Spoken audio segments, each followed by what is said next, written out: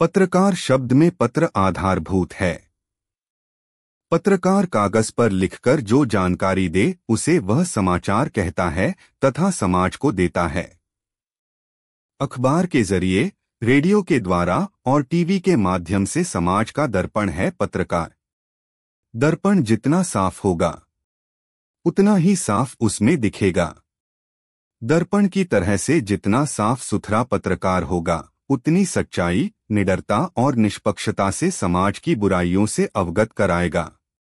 विगत वर्ष 30 मई को जगह जगह पत्रकारिता दिवस मनाए जाने की एक रस्म अदायगी हुई, जिसमें वक्ताओं ने अपने अपने गले साफ किए। ठीक उसी तरह जैसे 26 जनवरी व 15 अगस्त और चुनावी भाषणों में सारे नेतागण अपना गला साफ करते हैं और उनके भाषणों में आदर्शवाद, ईमानदारी, देशभक्ति, चरित्रता की बातें होती है, चाहे नेताजी कितने भी बेईमान और चरित्रहीन हों।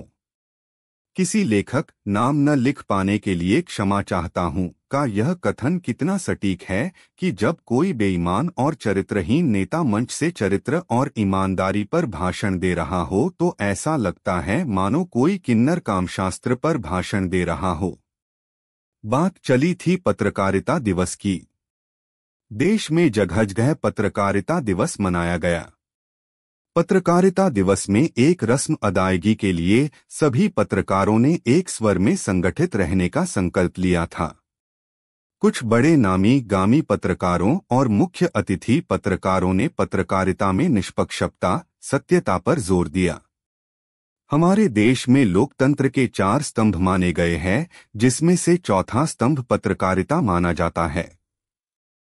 चूंकि आजकल समाज में प्रदूषण फैल रहा है और भ्रष्टाचार रूपी दीपक लोकतंत्र के चारों स्तंभ को खोखला करने पर लगी हैं, इस कारण लोकतंत्र के इस चौथे स्तंभ में भी गिरावट आई है, जिसे कोई ईमानदार, सच्चा बताकर ही स्वीकार कर सकता है। आजकल तो चोर को आप यदि चोर कहेंगे तो वह आपका दुश्मन हो जाएगा। आज भी पत्रकारिता जान हथेली पर लेकर चलने के समान बहुत बड़ा जोखिम भरा कार्य है। सभी पत्रकार इसमें गलत नहीं हैं, पर बड़ा सत्य है पत्रकारिता की आड़ में आज भी हजारों संवाददाता इसको बदनाम कर रहे हैं। संपादक तो अपने एसी कार्यालयों में बैठे रहते हैं, उन्हें यह पता नहीं चल पाता कि उनका संवाददाता क्षेत्र में क्या गुल खिला रहा है, पैसे लेकर समाचार लिख रहा है आदि। इससे जहां एक ओर वह तो बदनाम होगा ही, पत्रकारिता भी दागदार होती है, जिसे हम पीत पत्रकारिता कहते हैं। मैं कई ऐसे संवाददाताओं को जानता हूं जो थाने की दलाली, सट्टेबाजों से धन वसूली, कई सरकारी विभागों से मंथली से लेकर अपराधियों को संरक्षण देते हैं, उनकी महिमा मंडित भी करते हैं। कई पत्रकार लोगों का ईमान एक मुर्गा व बोतल तक है। विडंबना देखिए, ऐसे भ्रष्ट, बेईमान समाज में ऐसे रहते हैं मानो साक्षात सत्यवादी हरिश्चंद्र की संतान हैं। पिछले दिनों एक अन्य अनुभव हुआ कि कुछ असामाजिक व पूंजीपति अपना कालाधन को छुपाने के लिए संपादक व पत्रकार बन बैठे हैं, जबकि उन्हें पत्रकारिता का कख भी नहीं आता है। एक उदाहरण, क्षेत्रीय ब्यूरो चीफ को मुख्य संवाददाता से बड़ा पद, पोस्ट बताना। जब ऐसे पत्रकारों के हाथों में कलम होगी, तब पाठक ही समझ सकते हैं कि वह कलम देश व समाज हित में कितनी चलेगी। ऐसे प्रकाशन पत्र कागज के टुकड़े लेकर प्रेस कार्ड, परिचय पत्र बनवाने तक सीमित होकर रह जाते हैं। पत्रकार को पत्रकार रहना चाहिए, दिन को दिन और रात को रात लिखना चाहिए। आज पत्रकार कम, पक्षकार काफी अधिक हैं। इन जैसे पत्रकारों ने अपने क्रियाकलापों से पत्रकार जगत को बदनाम कर रखा है, जिससे यह लड़खड़ा रहा है। आज पत्रकारों को एकजुट होकर ऐसे निकृष्ट पत्रकारों को, संवाददाताओं को बाहर निकाल देना चाहिए जो बेईमान है, भ्रष्ट है, रिश्वतखोर है, दलाल है और मद्यपान का सेवन कर गंदी नालियों में पड़े दिखाई देते हैं। पत्रकार समाज का आईना है, उसका चरित्र उज्ज्वल होना चाहिए।